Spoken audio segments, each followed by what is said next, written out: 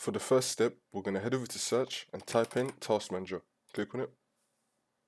Once we're on it, we're going to click on Startup Apps. Then you want to disable all the apps so you don't want to start when your computer turns on.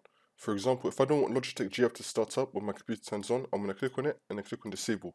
And then the status would have changed to Disable. Next, we're going to head over to search and type in Edit Power Plan. Click on it. Once we're on this, we're going to click on Power Options. And then you want to choose High Performance. If you don't see High Performance, then click on Create a Power Plan. And then High Performance should come up here.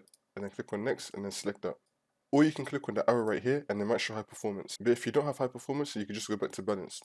For the third step, we're going to head over to search and type in Check for Updates. Click on it.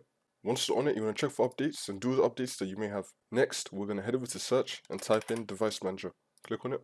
Once you're on it, we're going to expand Display Adapters. Then we want to right click on our graphics card and click on Update Driver. And then click on Search automatically for drivers. Make sure that the best driver has been installed. For the next step, we're going to head over to search and type in CMD. Then we're going to run it as administrator. And then click on Yes.